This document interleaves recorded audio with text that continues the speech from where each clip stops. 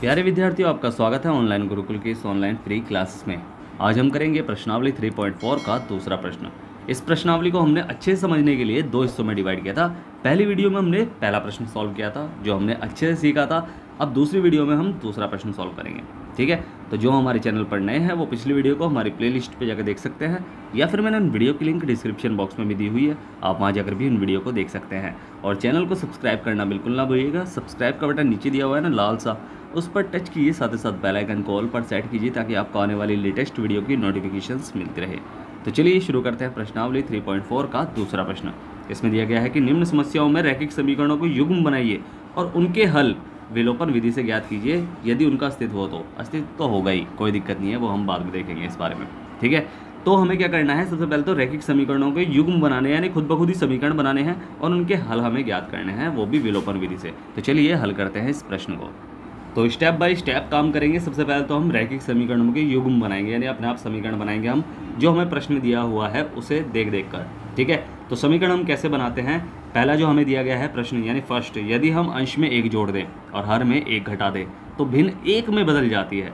यदि हर में एक जोड़ दे तो वह 1/2 हो जाती है। तो वह भिन्न क्या है, ठीक है। अब इसमें भिन्न की बात की गई है। प्रश्न में हिंट देखो कि हम किसे x और y बने, यानी दो चर वाला रैखिक समीकरण युग्म है ना ये प्रश्नावली, तो यानी दो चर होने चाहिए। तो इस प्रश्न में किसकी बात की गई है, इस प्रश्न में भिन्न की बात की गई है। अब मैं आपसे कहूँ कि कोई भी भिन्न किस रूप में होती है, भाई मैं आपसे देखो ये रफ काम आपको समझाने के लिए कह रहा हूँ, ठीक है। अगर कोई भिन्न है, भिन्न किसे कहते हैं, जो बटे के रूप में हो, ठीक है, अंश बटे हर के रूप में। तो ऊपर वाली संख्या को क्या बोलते हैं, अंश बोलते हैं अगर भिन्न में है तो, ठीक है। और नीचे वाले को क्या बोलते हैं, हर बोलते हैं। तो यानी भिन्न में क्या क्या होता है, अंश और हर होते हैं। तो बस हम क्या कर लेंगे, अंश को x मान लेंगे, हर को y मान लेंगे। तो हम स्टार्टिंग ऐसे करें कि माना भिन्न का, लिख लेंगे इसे ठीक से, भिन्न का अंश बराबर x और माना भिन्न का हर जो है वो है y, ठीक है। ये हमने नॉर्मल काम कर लिया। अगर अंश x है और हर y है तो भिन्न क्या हो जाएगी, भाई भिन्न भी तो कुछ हो जाएगी ना। तो भिन्न क्या हो जाएगी, इसे लिख लो, तो भिन्न बराबर x बटे y हो जाएगी, ठीक है, अंश बटे हर, ठीक है। अब जो प्रश्नानुसार दे रखा है, यानी अब देखो प्रश्न को दो हिस्सों में डिवाइड कर लो, जिससे पहले हिस्से से हम एक समीकरण बना सके और दूसरे हिस्से से दूसरा समीकरण बना सके, ठीक है। कैसे कि यदि हम अंश में एक जोड़ दें और हर में एक घटा दें तो भिन्न एक में बदल जाती है। ये पहला हिस्सा हो जाएगा, इससे हम एक समीकरण बना सकते हैं। और दूसरा हिस्सा जो है वो ये है कि यदि हर में एक जोड़ दे तो वह 1/2 हो जाती है। तो ये दूसरा हिस्सा, इससे हम दूसरा समीकरण बना सकते हैं, ठीक है। तो जिससे हम पहला समीकरण बना सकते हैं उसे लिखेंगे हम प्रश्नानुसार, यानी प्रश्न के अनुसार, प्रश्नानुसार एक, ठीक है, इसे एक डाल लेंगे। अब इसमें क्या करना है कि यदि हम अंश में एक जोड़ दें और हर में एक घटा दें तो भिन्न एक में बदल जाती है। यानी अगर भिन्न के, भाई भिन्न क्या है, x बटे y है, उसके अंश में एक जोड़ दे यानी +1 कर दिया और हर में एक घटा दे यानी -1 कर दिया, ठीक है। जैसे प्रश्न में कह रखा है सेम वैसे ही जब भी तो लिखा है प्रश्नानुसार। जैसे प्रश्न में कहा है अंश में एक जोड़ दो, हर में एक घटा दो, तो एक माइनस कर दो, तो वह क्या बन जाएगी, वह बन जाएगी 1। यानी अगर इसे कहूँ कि वह 1 बन जाएगी तो वह कोई गलत बात नहीं है, जैसे प्रश्न में कहा गया है वैसे ही करना है, ठीक है। अब यहाँ तो बटे में है, यहाँ बटे में नहीं है, तो इसे भी बटे में कर लो, क्योंकि बटे वाली संख्या को बटे वाली संख्या के साथ ही सॉल्व कर सकते हैं। अब इसमें वज्र गुणा हम कर देंगे, इसे कहते हैं क्रॉस मल्टीप्लाई। तो क्रॉस मल्टीप्लाई एक की इसमें गुणा और इस की इसमें गुणा, ठीक है। तो इस पूरे की गुणा होती है, जैसे इस एक की इस पूरे में गुणा करेंगे या फिर इस एक की इस पूरे में गुणा करेंगे, तो इसे लिख लेंगे एक ब्रैकेट, यानी इस एक की गुणा हो रही है इसमें x + 1 में, और बराबर इस एक की किस में गुणा हो रही है, y - 1 में, ठीक है। अब इसे सॉल्व कर देंगे, अंदर मल्टीप्लाई कर देंगे, एक x की कम x हो जाएगा, भाई एक की कम x, एक की x में गुणा करके x ही आएगा, और एक की कम 1 हो जाएगा, प्लस का 1, और बराबर ऐसे ही y कम y हो जाएगा, और y की इसमें 1 में गुणा करके प्लस माइनस साइन भी देखना है, प्लस माइनस की माइनस हो जाएगा, तो 1 की कम 1 हो जाएगा, ठीक है। अब इसे और अच्छे से सॉल्व कर लेंगे तो ये हो जाएगा, पहले देखो कोई भी दो चर वाला रैखिक समीकरण युग्म किस में होता है, सबसे पहले तो x वाला पद होता है, यानी सबसे पहले x वाला पद फिर y वाला पद होता है। तो y का वाला पद बराबर से उधर है तो उसे इधर लेके चले आएंगे, तो ये हो जाएगा माइनस का y, और फिर बाद में चर पद होता है तो बराबर से उधर माइनस का 1 तो है ही पहले से, इसे उधर ले जाएंगे संख्या को, तो ये हो जाएगा -1। तो बस इसे सॉल्व कर लेंगे तो ये हो जाएगा x - y बराबर भाई ये माइनस का एक है, ये भी माइनस का एक है, दोनों माइनस का एक है, जुड़ जाएंगे तो ये हो जाएगा भाई माइनस माइनस है दोनों, जब सेम साइन होते हैं तो जुड़ते हैं, एक और एक हो जाएगा 2। ठीक है, और वो भी किसका, माइनस का हो जाएगा, और यही हमारा पहला समीकरण है। ठीक है, ये आसानी से बन गया। अब ऐसे ही लिखेंगे प्रश्नानुसार 2, प्रश्नानुसार सेकेंड। इसमें क्या कहा गया है, इसमें कहा गया है कि यदि हर में एक जोड़ दे तो वह 1/2 हो जाएगी, यानी x/y के हर में अगर हम एक जोड़ दें यानी प्लस का 1 कर दिया इसे, तो वह क्या बन जाती है, 1/2 बन जाती है।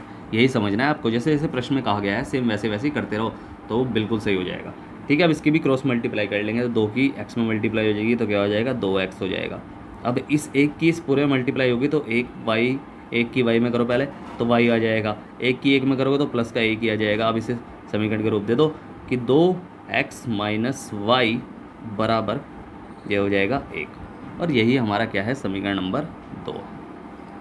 अब देखो पहले और दूसरे समीकरण में हमें क्या करना है, विलोपन विधि से सॉल्व करना है। ये तो हमने समीकरण बना लिए 2, अब विलोपन विधि से सॉल्व करना है तो पहले और दूसरे समीकरण को ध्यान से देखो, कोई सा भी एक चर समान होता है क्या, भाई समान है क्या, क्योंकि विलोपन विधि में हमें एक चर को समान करना पड़ता है। तो पहले समीकरण में y भी सेम y जैसा ही है, तो y है, कोई दिक्कत नहीं है, तो बस y को एक चर को हमने समान कर रखा है, पहले से ही हुआ पड़ा है। तो हम क्या करेंगे, सॉल्व कर लेंगे विलोपन विधि से। थोड़ा सा गैप देकर दोनों समीकरण उतार लो कि x - y बराबर -2, और ये हो जाएगा 2x - y बराबर 1 हो जाएगा। ठीक है, अब हमें देखना है जिस चर का समान हमने भाई समान हुआ पड़ा है ना, जिस चर को हमने समान किया है, ठीक है, उसके साइन देखो कि ये भी माइनस का है, ये भी माइनस का है, तो ये तो अगर माइनस जब सेम साइन होते हैं तो वे जुड़ते हैं।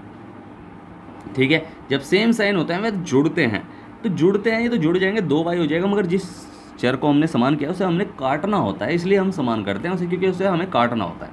ठीक है, तो काटेंगे कब, जब ये माइनस का y है और ये प्लस का y हो, या फिर ये प्लस का y हो और ये माइनस का y हो, यानी जब अपोजिट साइन हो यानी उल्टे साइन हो तो वे कटेंगे। तो उल्टे साइन के लिए हम क्या लिखते हैं कि घटाने पर। ठीक है, इसलिए हम लिखते हैं घटाने पर समीकरण 1 व 2 को घटाने पर। ठीक है, अब जब घटा देंगे तो जब घटाते हैं ना हम तो साइन हो जाएंगे नीचे वाले के बदल जाएंगे। ठीक है, चेंज हो जाएंगे, जो पहले थे ना उससे बदल जाएंगे। ये प्लस का है, ये माइनस का हो जाएगा, ये माइनस का है, ये प्लस का हो गया, और ये प्लस का है, ये माइनस का हो जाएगा। तो बस ये प्लस का ये माइनस का, मतलब ये माइनस का ये प्लस का, तो ये तो कट जाएंगे सेम टू सेम। ठीक है, यानी घट जाएंगे, इसे घटाना बोलते हैं। तो हम घटाने में जब सेम बाई 1 हो गया और ये भी प्लस का 1 हो गया, ये माइनस का 1 हो गया, तो उल्टे चिन्ह होते हैं, तो घटाएंगे तो 1 में से 1 गया, क्या बचेगा, 0 बचेगा ना, तो इसलिए काट देते हैं इसे। अब ये माइनस का है, ये प्लस का है, उल्टे चिन्ह ये भी घट जाएंगे क्योंकि पहले वाले साइन नहीं है अब इसके। ठीक है, अब ये वाले जो हमने बदल दिया ना, ये वाले साइन होते हैं। ठीक है, तो ये प्लस का है, माइनस का है, उल्टे चिन्ह घट जाएंगे, तो 2 में से 1 ये कह रहा है 1x है, इसके पास अगर कुछ नहीं है तो यहाँ 1 है, तो 2 में से 1 गया तो क्या बचेगा, 1 बचेगा। या फिर मैं कहूँ कि 2 में से 1 गया तो बस इसे x लिख लो या 1x लिख लो, बात एक ही है। ठीक है, और साइन बड़े वाले का कि 2x बड़ा है कि 1x बड़ा है, 2x बड़ा है ना, तो साथ कौन सा साइन, अब माइनस का साइन है तो इसलिए माइनस में आएगा। और यहाँ 2 ये दोनों साइन सेम है, यानी ये भी माइनस का ये भी माइनस का, तो जुड़ेंगे तो ये 2 और 1 3 हो जाएंगे, वो भी माइनस का। अब माइनस से माइनस यहीं कट जाएगा, तो यानी x बराबर हमारा आया है 3।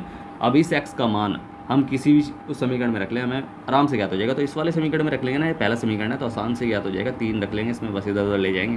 तो क्या लिखेंगे कि x का मान समीकरण किस में रखें, फर्स्ट में रखने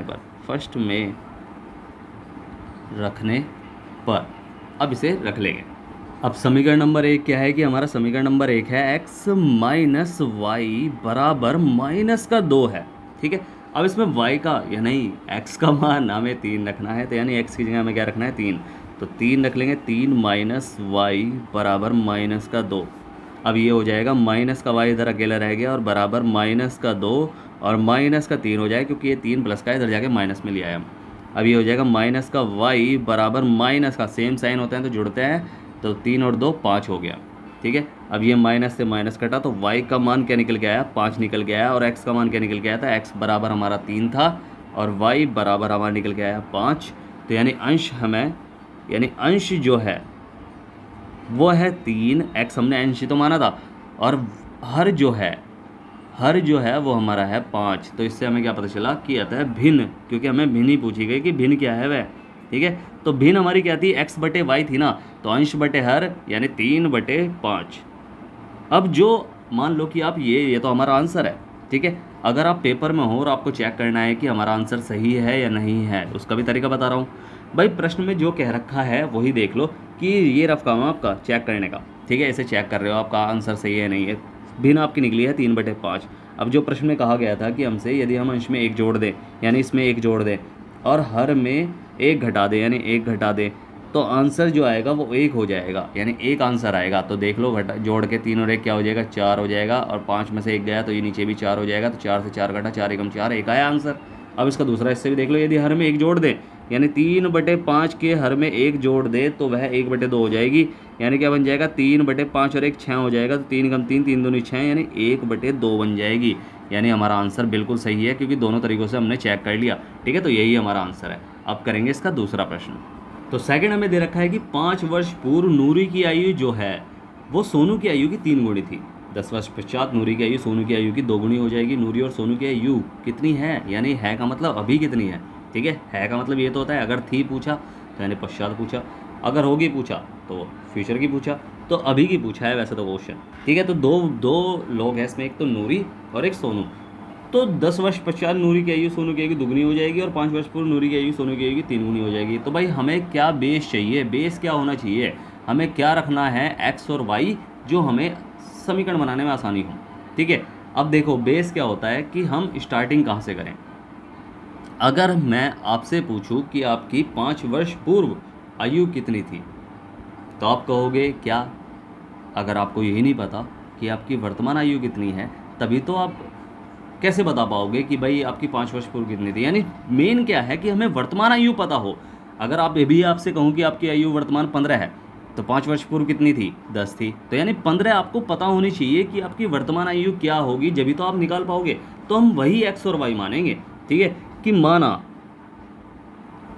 माना नूरी की वर्तमान आयु बराबर एक्स, और माना सोनू की वर्तमान आयु बराबर वाई वर्ष। ये दोनों वर्ष में है, ठीक है, वर्ष में है। तो बस अब जो प्रश्न में हमें कह रखा है, प्रश्न को 2 हिस्सों में डिवाइड करो, जैसे मैंने कहा है प्रश्नानुसार। फर्स्ट, तो फर्स्ट के हिसाब से कहा है 5 वर्ष पूर्व नूरी की आयु सोनू की आयु की 3 गुणी थी। अब ये आपसे कहूँ कि आपकी आयु 15 वर्ष है, 5 वर्ष पूर्व कितनी थी, तो भाई आप कहोगे 10 वर्ष थी। तो आपने क्या किया, आपने 15 में से 5 घटाया, तो यानी आपने अपनी वर्तमान आयु में से 5 घटाया। तो सेम इनकी वर्तमान आयु में से 5 घटाएंगे, तभी हम 5 वर्ष पूर्व की बात कंप्लीट कर पाएंगे। तो हम क्या लिखेंगे, यहाँ हेडिंग डाल लेंगे 5 वर्ष पूर्व, यानी 5 वर्ष पूर्व आयु पता होगी जब भी तो हम निकाल पाएंगे। तो 5 वर्ष पूर्व जो है वो नूरी की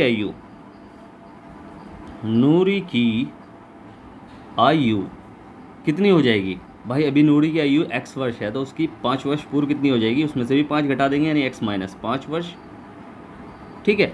अब सोनू की आयु उसमें भी भाई y है अभी, तो 5 वर्ष पूर्व के लिए हम y घटा दें, y में से भी 5 घटा देंगे, y माइनस 5 वर्ष हो जाएगा, ठीक है। समझ में आया यहाँ तक। अब जो प्रश्न में क्या रखा है, 5 वर्ष पूर्व नूरी की आयु सोनू की आयु की 3 गुणी थी, यानी 5 वर्ष पूर्व जो नूरी की आयु है, नूरी की आयु बराबर थी सोनू की आयु की कितने गुणी, 3 गुणी, यानी इसकी गुणा में 3 रख लेंगे हम, ठीक है। ये नॉर्मल चीज़ें आपको समझाने के लिए किया है, चाहे तो आप लिख भी सकते हैं, ऐसा कोई दिक्कत नहीं है, ठीक है। तो बस नूरी की 5 वर्ष पूर्व आयु कितनी है, तो ये हो जाएगा x माइनस 5 जो है वो बराबर है सोनू की आयु के, यानी y माइनस 5 की 3 गुणी, यानी इसकी पूरे की गुणा में 3, क्योंकि पूरी आयु जो है वो नूरी की आयु सोनू की आयु है, ठीक है। सोनू की आयु पूरी है ये y माइनस 5 वर्ष पूर्व वाली, ठीक है, इसकी 3 गुणी। तो यानी इसे सॉल्व कर लेंगे तो x माइनस 5 बराबर 3 के अंदर मल्टीप्लाई 3y माइनस 5 दिया 15 हो जाएगा। अब इसे समीकरण का रूप दे देंगे, यानी x माइनस 3y बराबर माइनस का 15 और प्लस का 5 हो जाएगा, ठीक है। अब इसे और सॉल्व कर लेंगे हम अच्छे से, तो ये हो जाएगा x माइनस 3y बराबर 15 में से 5 गए तो क्या बचा, 10 बचा है, वो भी बड़ा कौन सा है, 15 बड़ा है तो उसका साइन माइनस का है, तो माइनस का आएगा आंसर। ये हमारा पहला समीकरण। अब ऐसे ही दूसरा समीकरण बनाएंगे। अब जो सेकंड हिस्सा है तो उसे हम लिखेंगे प्रश्नानुसार 2, प्रश्नानुसार सेकंड। ठीक है, इसमें क्या करना है कि 10 वर्ष पश्चात नूरी की आयु सोनू की आयु की दुगनी हो जाएगी, यानी पहले हमें 10 वर्ष बाद की आयु पता होनी चाहिए उसकी, तो यानी 10 वर्ष पश्चात नूरी की आयु। भाई अभी आपकी आयु कितनी है? अभी आपकी आयु 15 है, तो 10 वर्ष बाद कितनी हो जाएगी? आप कहोगे 25 हो जाएगी। तो आपने क्या किया, आपने वर्तमान आयु में 10 जोड़ा, जब तो आपने 10 वर्ष बाद की आयु याद की, तो बस इसकी वर्तमान आयु यानी नूरी की वर्तमान आयु x है, इसमें हम 10 जोड़ देंगे यानी प्लस 10 कर देंगे। ठीक है, और ऐसे ही सोनू की आयु में भी y प्लस 10 कर देंगे, तो ये उनकी आयु हो गई 10 वर्ष बाद की। अब जो प्रश्न में कहा गया है सेम वैसे ही करो कि 10 वर्ष पश्चात नूरी की आयु सोनू की आयु की दुगनी हो जाएगी, यानी 2 गुनी हो जाएगी, यानी नूरी की आयु 10 वर्ष पश्चात का हेडिंग डाल रखा है हमने, नूरी की आयु बराबर सोनू की आयु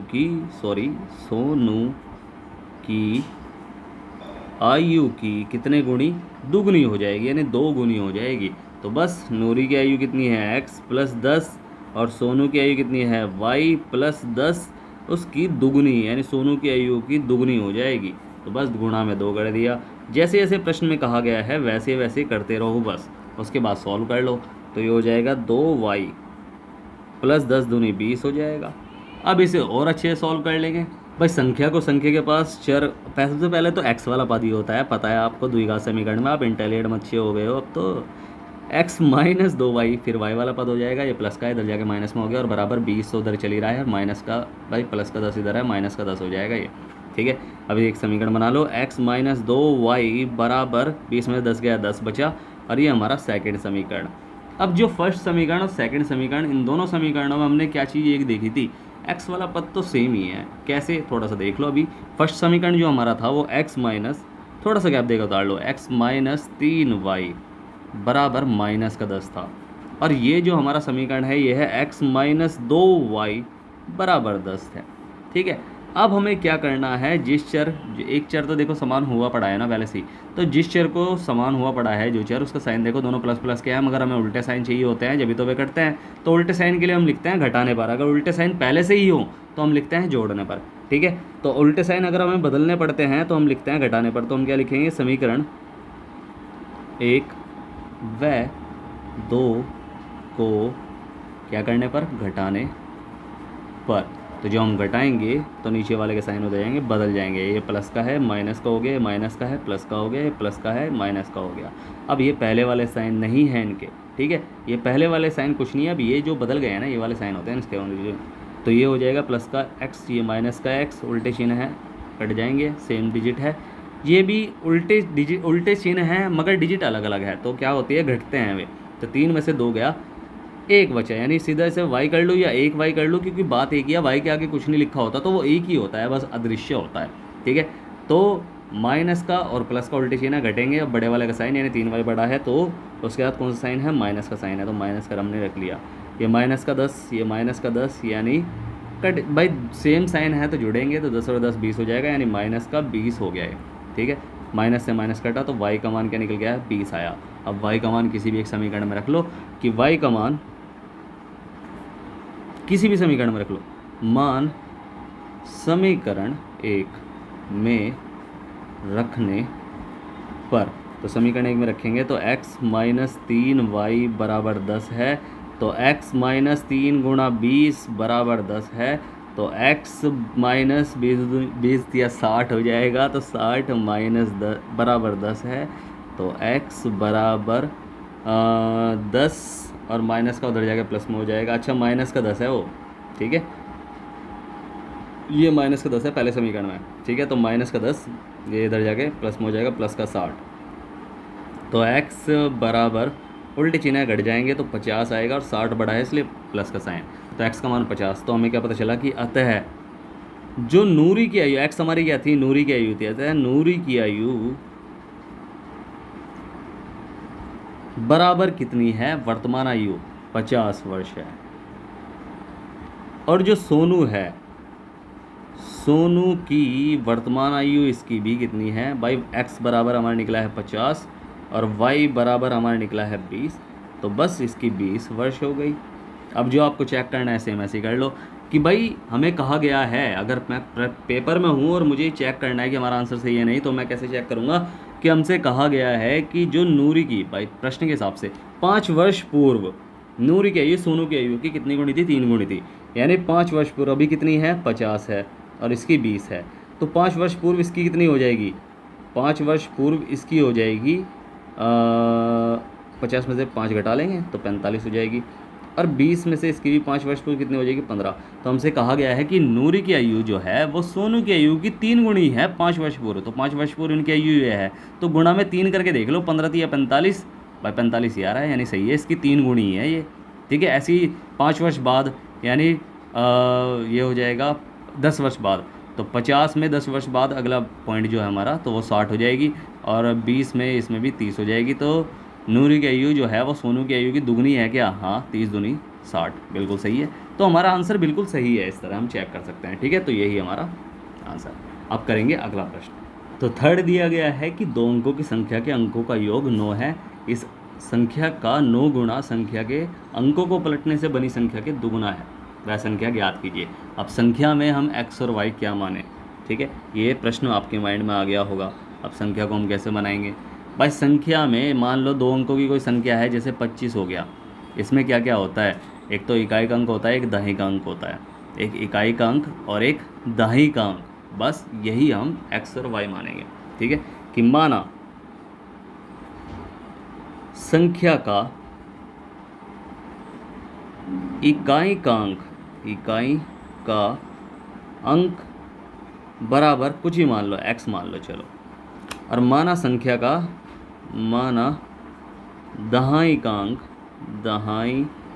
का जो अंक है वो हमने y मान लिया, तो संख्या क्या बनेगी हमारी। अब संख्या को ध्यान से समझो, संख्या हमारी क्या है, ऐसे नहीं बनाना सीधा एक्स वाई कोई संख्या नहीं है, इसे लिख लो। तो संख्या बराबर, अब संख्या को समझो, ये 25 है, हमने संख्या मानी थी, अब इसमें इकाई का अंक यानी इसकी प्लेस वैल्यू यानी इसका स्थानीय मान क्या है, 5 है, और इसका स्थानीय मान क्या है, 20 है। इसे 20 क्यों लिखते हैं, क्योंकि 2 गुणा 10 के रूप में, क्योंकि दाहिने में है ना ये, तो 2 गुणा 10 के रूप में है। तो हमारी संख्या जो बनती है ना, संख्या बनती है कि जैसे दाहिने वाली संख्या है ना, तो इसे लिखेंगे 10 गुणा 2 और प्लस 5, तब जाके 25 बनती है। अगर दहाई का अंक है तो 10 की गुणा, अगर सैकड़े का अंक है तो 100 की गुणा होती है।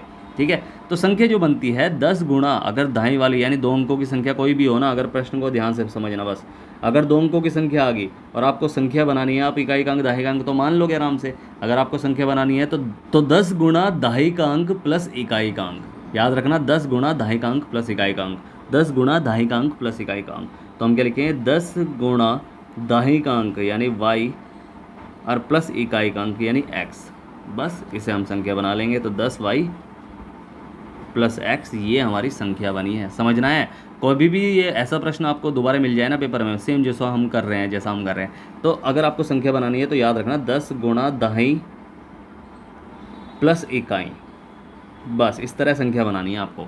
ठीक है, और यही आपकी संख्या होगी, फिर इसमें हम x और y के मान ज्ञात करके रख लेंगे तो हमें संख्या प्राप्त हो जाएगी। ठीक है, अब जो प्रश्न में हमसे कहा गया है कि 2 अंकों की संख्या के अंकों का योग 9 है। ठीक है, प्रश्नानुसार फर्स्ट, अंकों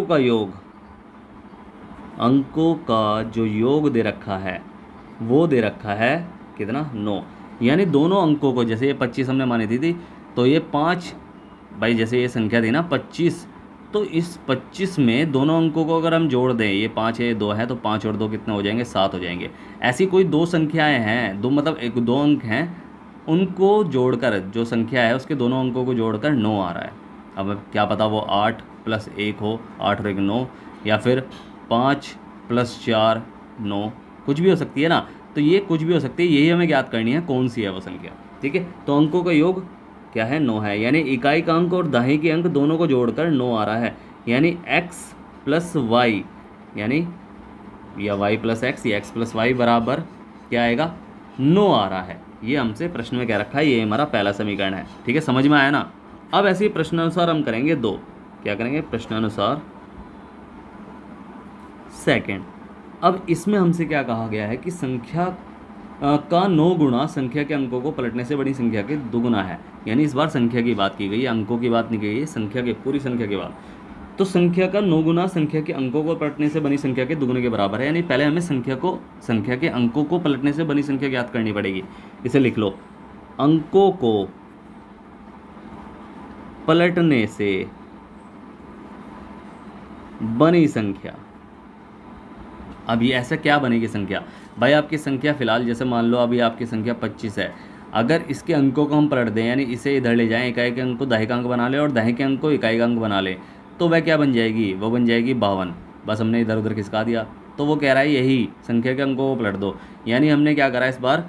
भाई इस बार हमारा इकाई का अंक दाहिने का अंक बन गया, तो यानी 10x प्लस वाई। भाई 10y प्लस एक्स है ना हमारा अभी संख्या, तो 10x प्लस वाई, बस हमने इकाई दाहिने को बदल दिया, तो ये हमारी संख्या बनी है। अब जो प्रश्न में कह रखा है सेम वैसे ही कर लो कि संख्या का 9 गुना, यानी जो हमें संख्या प्राप्त है 10y प्लस एक्स, यानी 10y प्लस एक्स का कितने गुना? 9 गुना, बराबर है संख्या के अंकों को पलटने से बनी संख्या के, यानी 10x प्लस वाई के दुगुने के बराबर है, यानी 2 गुने के बराबर है। बस इस तरह से सॉल्व करना है। समझ गया ना कैसे करा? संख्या का 9 गुना बराबर है संख्या के अंकों को पलटने से बनी संख्या के दुगुने के बराबर है। तो बस इसके दुगुना कर दिया, तो बस मल्टीप्लाई कर दो, 10 निम 90 हो जाएगा। 90y प्लस 9y, 9x हो जाएगा। 90y प्लस 9x बराबर, इसकी गुणा कर दो, 10 दूनी 20x प्लस 2y। इसे सही कर लो। सबसे पहले x वाला पद रख लो, 9x, फिर इसे ये इधर ले जाके माइनस में 20x रख लो इसके पीछे, फिर प्लस का 90y चल ही रहा है और फिर इसे इसके पीछे ले जाके माइनस का 2y कर लो बराबर 0। यहाँ कुछ नहीं बचा क्योंकि इसे सॉल्व कर लो, उल्टे चिन्ह घट जाएंगे, प्लस का है माइनस का उल्टे चिन्ह घट जाएंगे ना, तो ये बचेगा क्या? माइनस का 11x, और ये उल्टे चिन्ह ये भी घट जाएंगे, ये बचेगा प्लस का 90 में से 2 गया 88, y बराबर 0। अब हम एक चर का मान देख लो, कोई सा भी एक चर का मान समान कर लो। भाई उसमें x प्लस वाई बराबर 9 है, इसमें 11x प्लस 88y बराबर 9 है, तो इसे x को 11 बना लें क्या? ऐसा किसकी गुणा करेगी x 11 बन जाएगा, तो इसमें 11 की गुणा कर लेंगे ना। तो समीकरण एक में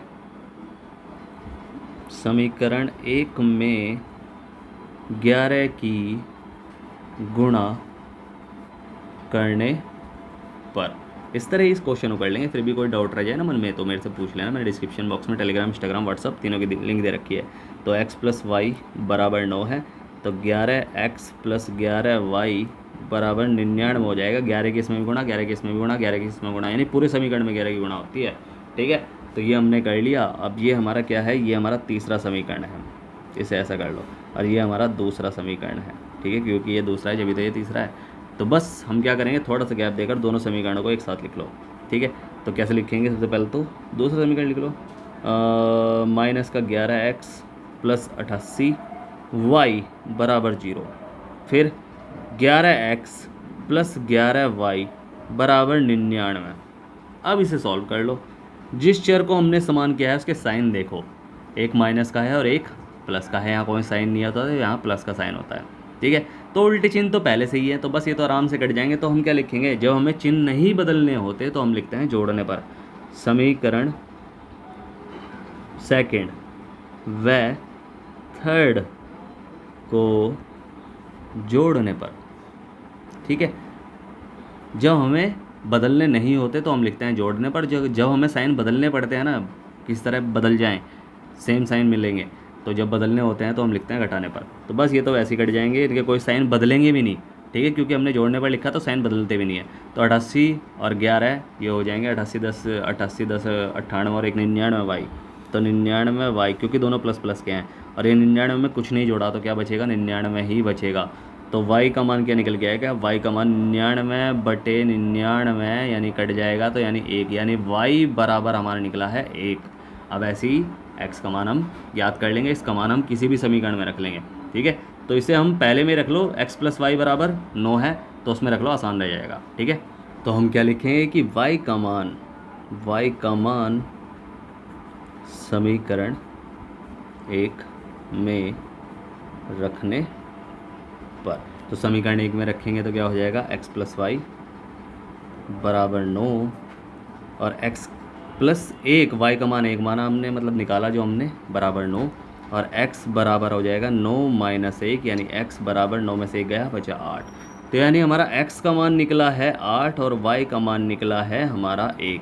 अब संख्या हमारी क्या थी, संख्या हमने क्या मानी थी, यानी हमारा जो, पहले से लिख लो कि अतः जो इकाई का अंक निकला है हमारा, इकाई का जो अंक है वो हमारा निकला है 8, और जो दाहिनी का अंक निकला है, दाहिनी का अंक वो हमारा निकला है 1। यानी संख्या क्या बन गई, संख्या हमने क्या बताया था कि संख्या कैसे बनती है, 10y प्लस एक्स थी हमारी, 10y प्लस एक्स थी, यानी 10 गुणा दाहिनी का अंक प्लस इकाई का अंक। यानी सीधा इसे कर लो, चाहे इसमें मान ही रख सकते हो आप, 10 गुणा y का मान हमारा क्या निकल गया, 1, और प्लस इकाई का अंक यानी x हमारा क्या निकल गया, 8। बात वही है ना, 10 गुणा दाहिनी का अंक प्लस इकाई का अंक, 10 गुणा दाहिनी का अंक प्लस इकाई का अंक, चाहे इसमें y की जगह क्या 1 रखा हमने और x का मान हमारा 8 रखा, दोनों बात एक ही है। ठीक है, तो 10 और 10 एकम 10 और प्लस 8 यानी 18 हमारी संख्या हो गई, और यही हमारा आंसर है। और सेम उसी तरह आप चेक कर सकते हैं, अंकों का योग क्या है, 8 और 1 9 है, और संख्या को उल्टा करने पर परिवर्तित बनी संख्या वही 81 बन जाएगी, उल्टा करने पर सेम वैसे करोगे। ठीक है, अब करेंगे इसका कौन सा, चौथा प्रश्न। तो फोर्थ हमें जो दे रखा है वो दे रखा है कि मीना 2000 रुपये निकलवाने के लिए एक बैंक गई, उसने खजांची से 50 रुपये तथा 100 रुपये के नोट देने के लिए कहा। मीना ने कुल 25 नोट प्राप्त किए, ज्ञात कीजिए कि उसने 50 रुपये और 100 रुपये कितने कितने नोट प्राप्त किए। नोटों की ही बात की गई है, नोट नोट नोट नोट चल रहा है, तो हम वही मान लेंगे। भाई कौन कौन से नोट है, एक तो 50 रुपये के हैं और एक 100 रुपये के हैं, दो टाइप के नोट क्या रखे हैं। तो बस माना 50 के नोटों की संख्या जो हमसे निकालने के लिए कहा है वही हम x और y मान लेंगे, कि माना 50 रुपये के नोटों की संख्या बराबर x है। ठीक है, और माना 100 रुपये के नोटों की संख्या जो है वो y है। अब जो हमसे प्रश्न में देखो, एक जो दूसरा हिस्सा है वही क्या रखा है, 1 हम कर सकते हैं, चाहे हम इसे कुछ भी कर सकते हैं, सेकंड कर सकते हैं। ठीक है, तो चलो पहले फर्स्ट ही कर लो कि मीना ने 2000 रुपये निकलवाए थे, तो 2000 रुपये निकलवाए थे यानी 50 रुपये के जो एक्स नोट हो गए। भाई हमने क्या करा, चलो इसे लिख लो पहले प्रश्नानुसार। फर्स्ट भाई 2000 रुपये यानी कुल नोटों का मूल्य है, कुल नोटों का मूल्य जो है वो 2000 रुपये है। ठीक है, यानी 50 रुपये के एक्स नोट और 100 रुपये के वाई नोट मिलाकर 2000 रुपये बैठ रहे हैं। यानी अगर मैं कहूँ 50 रुपये का एक नोट है तो 50 ही कम 50 हो जाता है, और 50 रुपये के अगर दो नोट है तो 50 दूनी 100 हो जाता है। यानी हम क्या कर रहे हैं, 50 की उसकी क्वांटिटी यानी उसकी संख्या में गुणा कर रहे हैं, तो 50 की एक्स में भी गुणा करेंगे तो 50 एक्स रुपये हो जाएगा, यानी 50 एक्स रुपये प्लस 100 की वाई में गुणा करेंगे तो 100 वाई रुपये, दोनों मिलकर 2000 रुपये बन रहे हैं। यही हमारा पहला समीकरण है। ठीक है, अब ऐसे इसका दूसरा समीकरण हम बनाएंगे। ये तो हमारा पहला समीकरण आसानी से बन गया, कोई भी डाउट रह जाए मन में पूछ लेना, मैंने बताया हुआ है डिस्क्रिप्शन बॉक्स में। तो प्रश्नानुसार सेकंड। ठीक है, अब सेकंड में हमसे कहा गया है कि नोटों की जो कुल संख्या है वो 25 है। यानी जो नोट है ना, नोट कौन कौन से हैं, एक तो एक्स और वाई हैं, बस यही नोट है, 50 रुपये का एक्स नोट और 100 रुपये का वाई नोट। यानी इनकी जो संख्या है यानी एक्स प्लस वाई को दोनों को जोड़कर 9 आ रहा है, यानी x प्लस वाई बराबर 9 कह रहा हूँ 25 है। ठीक है, यानी इसे लिख लो, कुल नोटों की संख्या बराबर 25, यानी x प्लस वाई बराबर 25। ये हमारा सेकंड समीकरण है। अब किसी भी एक चर का मान समान कर लो दोनों में, ये तो हमारे समीकरण आसानी से बन गए। अब इसे 50 ही बना लो तो ज़्यादा अच्छा रहेगा, या y को बराबर कर लो, दोनों बात एक ही है। ठीक है, चाहे आप 50 बना लो, चाहे इसे x को समान कर लो, चाहे y को समान कर लो। अगर x को समान करना है तो हम क्या लिखना पड़ेगा कि समीकरण सेकंड में 50 की गुणा करने पर, तो 50 की गुणा हो जाएगी तो क्या हो जाएगा, 50 x हो जाएगा और प्लस 50 y हो जाएगा, और बराबर 25 पंजे 125 यानी 1250 रुपये हो जाएगा। ठीक है, तो यही हमारा तीसरा समीकरण है। अब थोड़ा सा गैप देकर दोनों यानी फर्स्ट और तीसरे समीकरण को एक साथ उतार लो, क्योंकि सेकंड समीकरण को हमने मॉडिफाई करके ये बना लिया। ठीक है, तो इन्हें एक साथ उतार लो। तो थोड़ा सा गैप दो और लिखो कि 50x प्लस 100y, ये हमारा 2000 रुपये, ये हमारा कौन सा समीकरण है, फर्स्ट है। और ये हमारा थर्ड हो जाएगा कि 50x प्लस 50y बराबर 1250। ठीक है, तो बस इसमें हमें देखना है जिस चर का मान हमने समान किया है उसके साइन दोनों प्लस प्लस के हैं, हमें बदलने होते हैं क्योंकि हमें काटना है तो उल्टे साइन चाहिए। तो बस हम क्या लिखेंगे, समीकरण 1 व 3 को घटाने पर, तो जब हम घटाएंगे तो साइन बदल जाएंगे, ये माइनस का, ये भी माइनस का, ये भी माइनस का, क्योंकि दोनों ऊपर प्लस प्लस के हैं। ठीक है, ये प्लस का है माइनस का हो गया, प्लस का है माइनस का हो गया, प्लस का है माइनस का हो गया, तो ये तो कट जाएगा ही क्योंकि सेम डिजिट हैं और साइन उल्टे हैं। और बस इसे हम क्या कर लेंगे, 100 में से 50 गए, 50y हो जाएगा। और जब 2000 में से 1250 जाएंगे तो 750 बचेगा, यानी 750। ठीक है, सेम वही बात है। तो y बराबर 750 बटे 50, 0 से 0 गई और 5 एकम 5 6 7 5 पंजे 25 यानी 15, यानी y बराबर हमारा निकला है 15, यानी y के जो यानी 100 रुपये के नोट हैं वो 15 हैं। ठीक है, और y का मान किसी भी समीकरण में रख लो कि y का मान एक में रख लो, एक में नहीं मतलब सेकंड में रख लो, सेकंड में थोड़ा आसान है। y का मान समीकरण सेकंड में रखने पर, तो जब सेकंड में रखेंगे तो सेकंड क्या है कि x प्लस वाई बराबर 25 है, तो x प्लस वाई का मान 15 है बराबर 25, तो x बराबर 25 माइनस 15 हो जाएगा, तो x बराबर बचा है 10, यानी x बराबर 10 और y बराबर कितना, 15। तो इससे हमें क्या पता चला कि अतः जो x हमारे थे 50 रुपये के नोटों की संख्या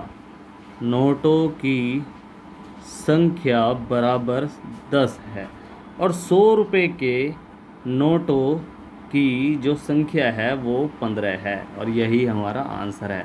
इसे करके देख लो, थोड़ा सा करके क्या देखोगे इसे, कि इसे चेक करो कि दोनों नोटों की संख्या कितनी है, 25 आ रही है, और बाकी आपको पता ही है कैसे कैसे चेक करना है, इसे कैसे कैसे नहीं करना है। ठीक है, वो आप समझदार हो, अब इतने इंटेलिजेंट हो गए हो आप। ठीक है, तो इसे आराम से कर लोगे, कोई भी दिक्कत होगी तो आप आराम से देख लेना उसे। ठीक है, आप मुझसे पूछ सकते हैं। तो अब करेंगे इसका अगला प्रश्न, यानी मैं आपसे कहूँ कि कौन सा, लास्ट यानी 5वां। तो 5वां में दिया गया है कि किराए पर पुस्तक देने वाले किसी पुस्तकालय ने का जो प्रथम 3 दिन का एक नियत किराया है, यानी एक फिक्स चार्ज है कि प्रथम अगर तुम 3 दिन के लिए पुस्तक ले रहे हो कोई किराए पर, तो 3 दिन के लिए तुम्हें फिक्स देना पड़ेगा जो पहले से ही फिक्स है। और प्रत्येक अतिरिक्त यानी 3 से अगर आपको चौथा दिन हो गया तो आपको पर डे का चार्ज देना पड़ेगा, कि जितने दिन एक्स्ट्रा हुए उस दिन का एक्स्ट्रा चार्ज देना पड़ेगा। ठीक है, यानी उसके प्रत्येक अतिरिक्त दिन का अलग किराया है। सरिता ने 7 दिन तक एक पुस्तक रखने के लिए 27 रुपये अदा किए, जबकि सुशी ने 5 दिन पुस्तक रखने के लिए 21 रुपये अदा किए। नियत किराया और प्रत्येक अतिरिक्त दिन का किराया ज्ञात कीजिए। तो बस सेम वही याद करना है जैसे हमने टैक्सी वाले क्वेश्चन में किया था। यो याद है ना कैसे किया था, टैक्सी वाला क्वेश्चन देखा था, बस नहीं देखा तो देख लो अभी जाके। ठीक है, तो हम क्या करें कि माना प्रथम 3 दिन का नियत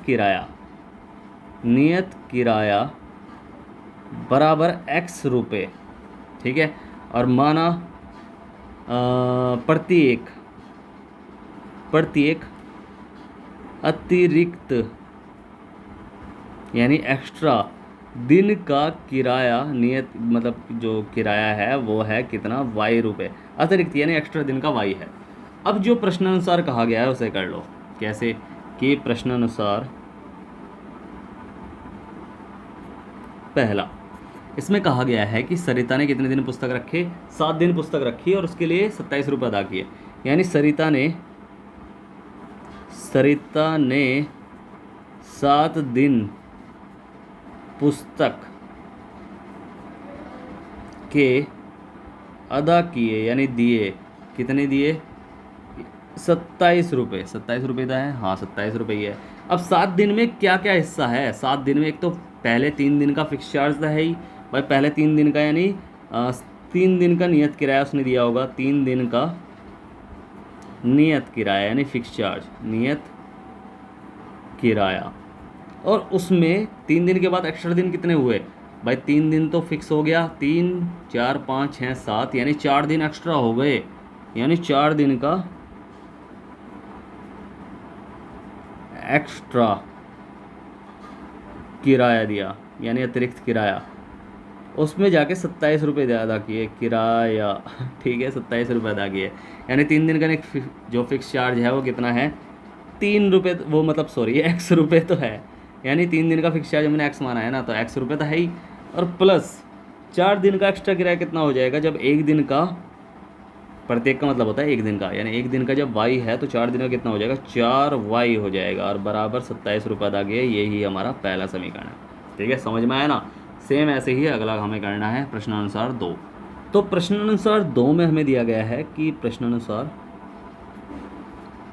सेकंड, इसमें कहा गया है कि सूसी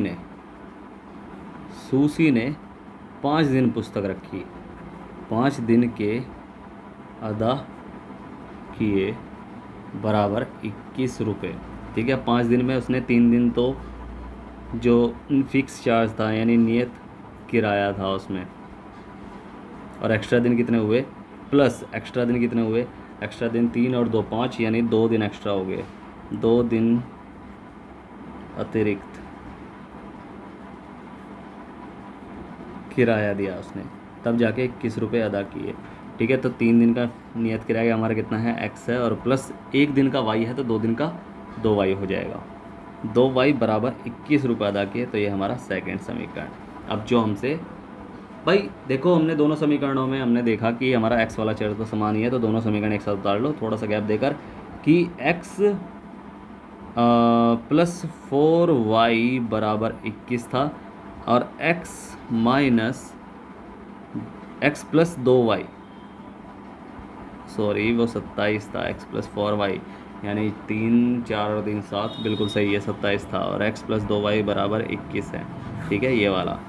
अब हमें क्या करना है, जिस चर का मान हमने समान किया है उसके साइन देखो, ये प्लस का है ये भी प्लस का है, तो हमें उल्टे साइन चाहिए, तो हम क्या लिखेंगे, समीकरण 1 व 2 को घटाने पर हम क्यों लिखे हैं, क्योंकि हमें साइन बदलने हैं, तो ये प्लस का है माइनस का हो गया, ये प्लस का है माइनस का हो गया, और ये प्लस का है ये भी माइनस का हो गया, तो ये कट जाएंगे, 2 में 4 में से 2 गए तो 2y बचा, और वही प्लस का, क्योंकि 4y बड़ा है, उल्टे चिन्ह ये भी कट जाएंगे, तो 27 में से 21 गए तो बचेगा 6, बस y बराबर 6/2, तो 2 तिया 6, तो हमारा क्या निकला, यानी x बराबर कहाँ निकला, अभी तो हमने y का मान निकाला, तो y बराबर हमारा निकला है 3। अब इसमें हमें क्या करना है कि y का मान किसी भी समीकरण में रख लो, समीकरण सेकंड में रखने पर जो हम रखेंगे, तो यानी x प्लस 2y बराबर 21 है, तो x प्लस 2 गुणा 3 बराबर 21 है, तो x प्लस 3 दूनी 6 बराबर 21 है, तो x बराबर 21 माइनस 6 है, और x बराबर 21 में से 6 गए तो कितने बचे, 21 में से 6 गए तो बचे क्या भाई, 21 में से 6 5 15 बचे, यानी 15। तो बस यानी x बराबर हमारा 15 है और y बराबर हमारा 3 है।